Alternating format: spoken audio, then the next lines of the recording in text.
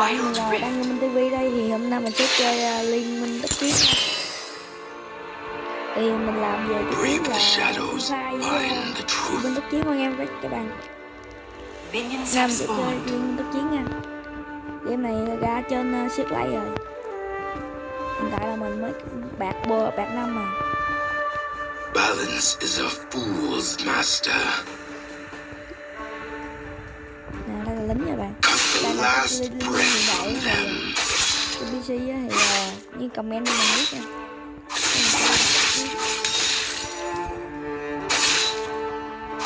Không biết đi ra. No technique is forbidden. First blood. Ally slain. Ally slain. Ally slain. Chấm cấp tiền này. Balance is weakness. Mình vô tiếp bò bệnh bạn.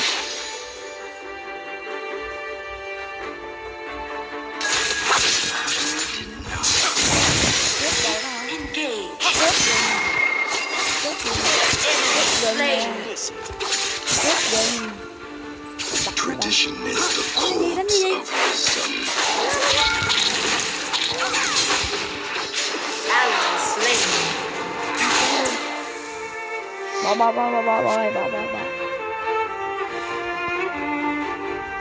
No technique is forbidden.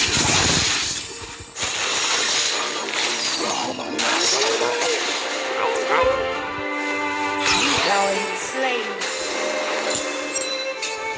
Thôi mình hơi bị chơi vui với bạn. Mình nói hù dọa nó chút xíu rồi. Quay lại nó đứng quá trời. Balance is a fool's master.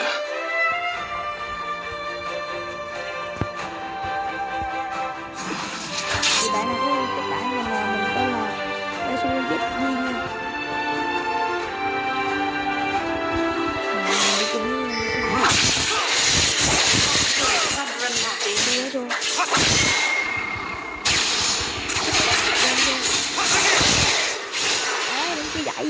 Ally slain. Gì chứ? No technique is forbidden. Retreat.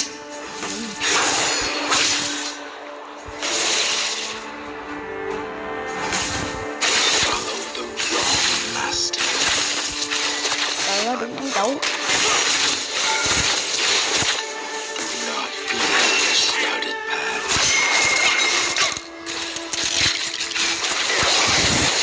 Have slain an enemy.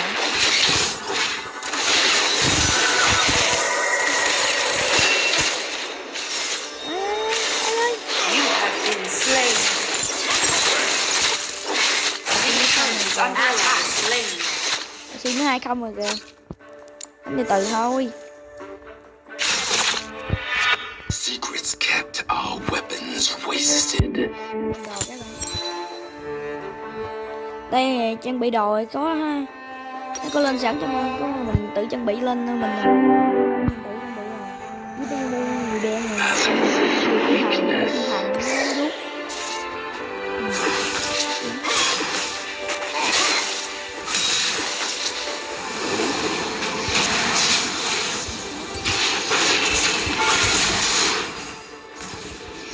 Balance is a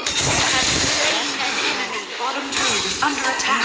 last Được 22 breath from them. cho nên là 2 nè. Để mình gì mình chết một bạn rồi đó. Nếu mình chết 2 mạng mà hỗ trợ một mạng chứ.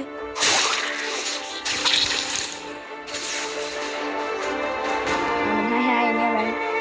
Do not fear the Top shrouded turret is under attack. The dragon has danger. Rồi mình chỉ đặt The lính world will mình survive. lên tập. Đậu lấy cái này mình đẩy lên thành mình chọn.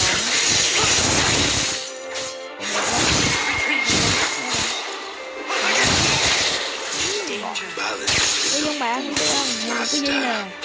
Nhưng mà cái gì đã chơi nè. Top turret is under attack. Cái giờ bệnh mình vẫn còn chưa hết nữa nè. Enemy slain.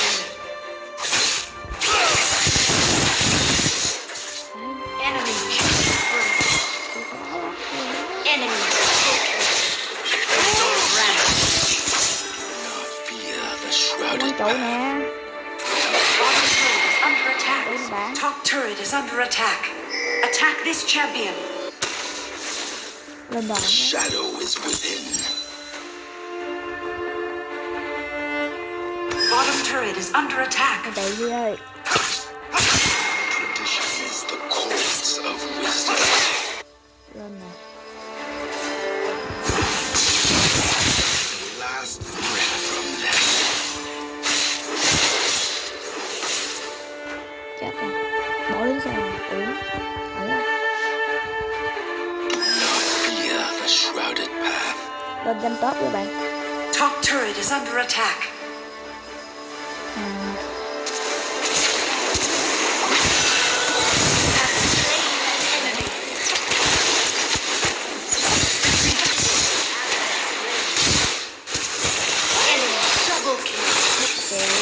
Been slain. Danger. Ba. Middle turret is under attack. Enemy slain. Shut down. Ally slain. First turret destroyed. The rift herald has spawned. Ra mít các bạn. Ra mít diệt lính cái. Xong rồi Giê-xu lên chọc trước mình. Middle turret is under attack. Turret lost. Retreat. Retreat. Retreat. No technique is forbidden. Nè, lên trên bắt IC nè.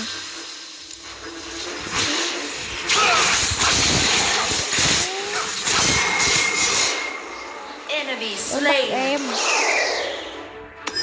Enemy killing spree.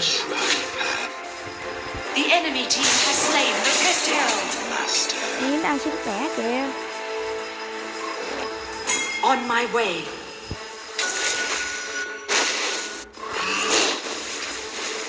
Balance is weakness. Làm gì bạn? Will survive. Ally slain. Enemy double kill. Enemy killing spree. Enemy slain. Bạn. You have slain an enemy. Shut down. Secrets kept, our weapons Mình là bạn wasted. còn lâu quá nha. Punish. Middle Restrain. turret is under attack. Về lẹ thôi, bộ lên giết mình chết.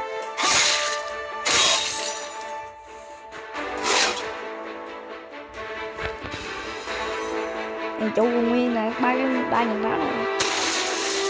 Này chủ còn nguyên đó. Middle turret is under attack. Tradition is the corpse of wisdom.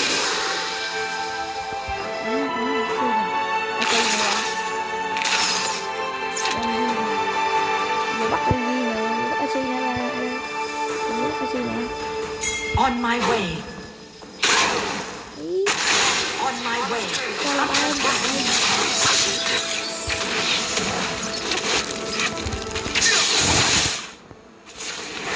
Retreat. Không. Tradition is the corpse of wisdom. Bộ lên bắt đầu rồi. Retreat. Vô sức vô.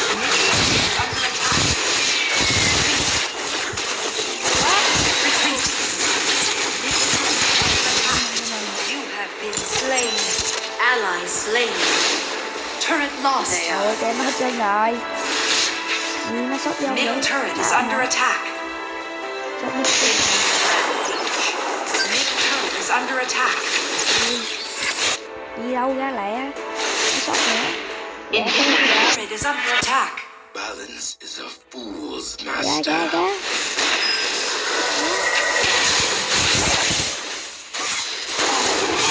Enemy slain. Enemy slain. Hay quá. Bộ nó nó muốn chết luôn rồi. Balance is Đây là con thằng weakness. Rồi, nó rồi. You have slain an enemy. What I have done. Vô. Attack the dragon. Đi gông nè. Gông đây bạn ha. Engage.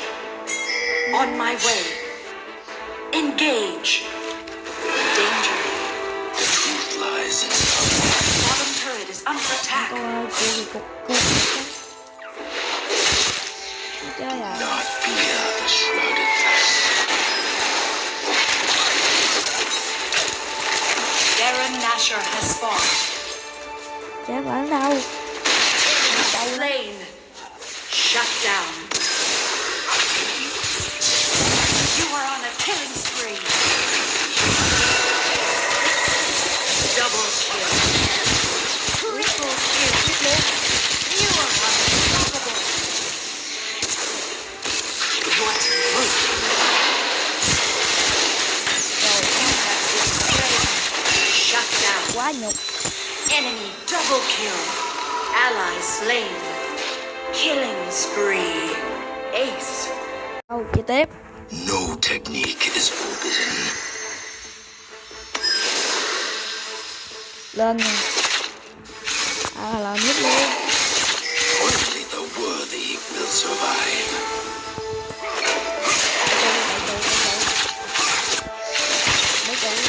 Bottom turret is under attack. Tradition is the cause of wisdom. Bottom turret is under attack.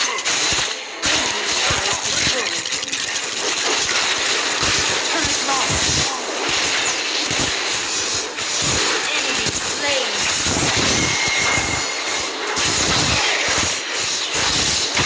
You have slain an enemy. Mấy bạn, mình có bồ nha. Only the worthy will survive.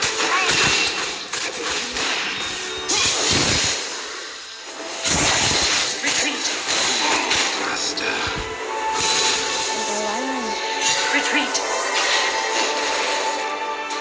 Nghĩ ra rất là thằng kìa. Kìa em nói đi tôi chết. Lies in darkness. Ally slain. Shut down. Retreat. Bottom turret is under attack. Ally slain. Em chơi gì kỳ sao em hiếp cô mình. Group. Ally slain. Bottom turret is under attack. Enemy. Rất là các bạn ơi, nó luôn rồi. Xong mình luôn. Ừ. Em đang bằng gọn. Đi vô em đang bằng gọn bạn. Ally slain. Chắc Enemy à. slain. Double kill. Fools, master. Enemy killing spree. Enemy slain. Còn thằng. Shut down. Group.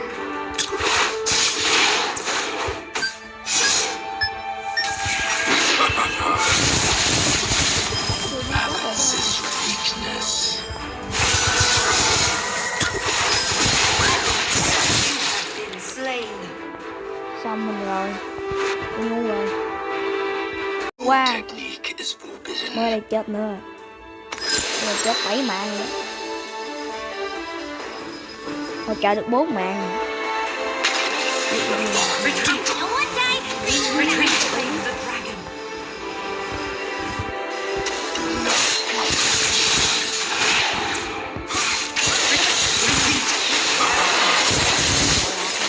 Have slain an enemy. Top turret. Retreat. Mình chết. Tradition is the corpse of wisdom. Ý, bậy. Ý, đừng ai bắt em nha. Đấy. Enemy rampage. Mình mới chết thêm lần nữa nè bạn. Bây giờ 8 mạng rồi đó. Chết gì vậy ta?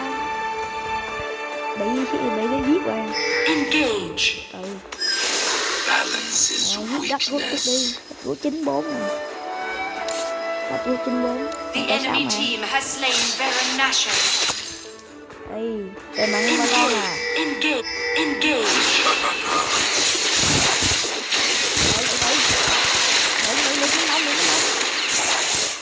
Secrets kept out. Retreat. Bỏ đi. Shut down. Danger. Nguy mà. Retreat from the enemy champion. Ally slain. Nó rồi. Enemy slain. Nó là nguy hiểm rồi mà. còn đâm đầu vô nữa. Còn rất mạnh ơi.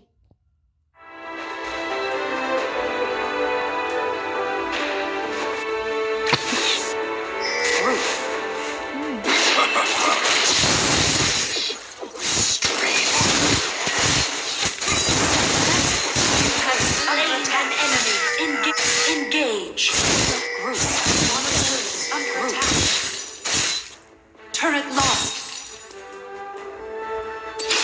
No technique is forbidden. Đứa AC nữa. AC là một nữa. Mình đang bỏ bạn nha. Cái xua đâu rồi, lên đây. Secrets kept are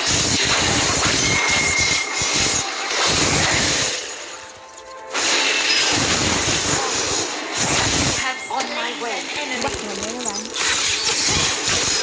Bắt mình đấy. I have cannot be undone. Enemy engaged. Attack the turret. Lên cái bóng vuốt trước đi. The shadow is Cho nó within. bị.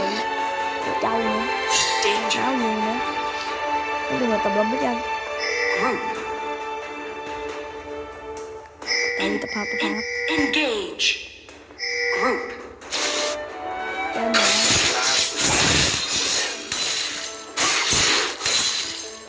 The elder dragon has spawned. Enemy slain. Ally slain. Enemy turret destroyed. Enemy double kill. You have been Mình kéo slain. thêm một lần nữa rồi. Nectar is under attack. Defeat. Xong luôn. Cái này rồi. Chết mình rồi. Đánh nữa đánh. Thất bại rồi.